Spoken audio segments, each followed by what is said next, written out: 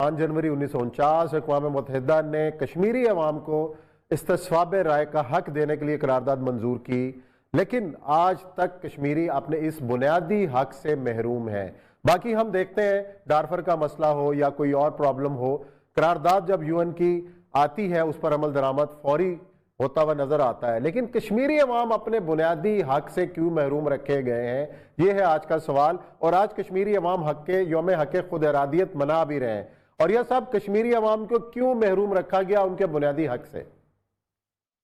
देखिए, बुनियादी तौर पर तो 1948 की 49 की करारदाद है, 5 जनवरी की अक़वाम मुत्तहिदा की, और ये एक यूनानिमस करारदाद है जो कि बड़ी कम होती है यूनानिमस करारदादें। और इसके अंदर बाकायदा प्लेबिसाइट का कहा गया था कि आप कश्मीरी जो हैं उनको हक के खुद इरादियत या मिलना चाहिए, अपना राइट मिलना चाहिए।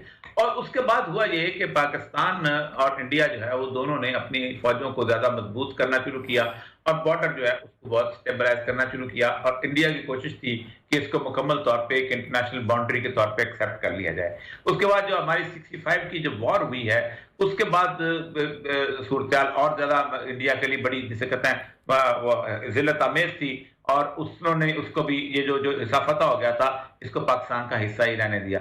71 की वॉर के बाद भी बाकी सारी जगह जो है वो लाइन बनी, लेकिन वहां पर कुछ वर्किंग बाउंड्री हुई और कुछ कंट्रोल लाइन क्लियर किया गया। कारगिल के अंदर भी यही सूरत बनी। 4 जंगें हम इस मामले के अंदर लड़ चुके हुए हैं, लेकिन कश्मीर का मसला हल नहीं हो रहा। कश्मीरी बुनियादी तौर पर 1 लाख से भी ज्यादा की जानों की कुर्बानी दे चुके हुए हैं, और ये बहुत बड़ी कुर्बानी होती है। आप खुद सोचें कि दुनिया की किसी तारीख के अंदर लड़ने वालों की 1 लाख से ज्यादा की कुर्बानी नहीं है। कब्रिस्तान के कब्रिस्तान उनके भरे हुए हैं। मसला सारा ये है कि इंटरनेशनल कम्युनिटी जो है वो किसी तौर पर भी इंडिया को नाराज करना नहीं चाहती।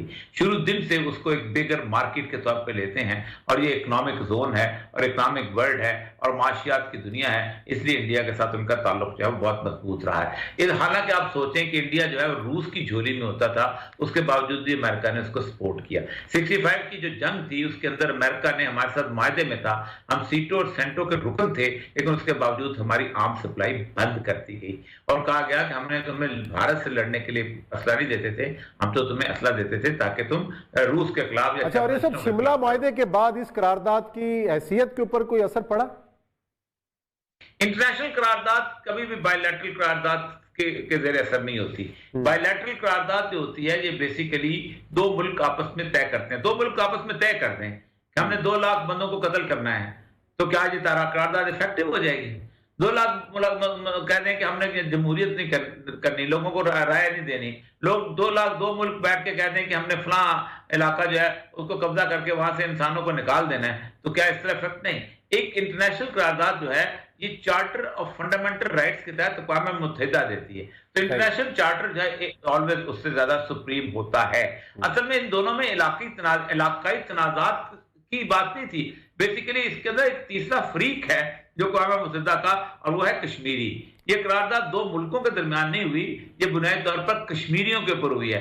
ये नहीं कहा गया कि पाकिस्तान ये करे या इंडिया ये करे, ये टोटली कश्मीर के बारे में करारदाद है कि कश्मीरियों को हक के खुद इरादियत के लिए प्लेबिसाइट यानी राय चमारी का हक होना चाहिए। इसमें पाकिस्तान तो है ही नहीं, इसमें इंडिया तो है ही नहीं, ये तो कश्मीरियों का मामला है। और कश्मीरियों का मामला जो है जब आलमी कम्युनिटी तय कर रही है तो पाकिस्तान इंडिया कहां से आगे उनको तय करने वाले? हमने इसी फोरम से कई करारदादें और भी मंजूर होती हुई देखी हैं, उस पर अमल दरामद होता हुआ देखा है।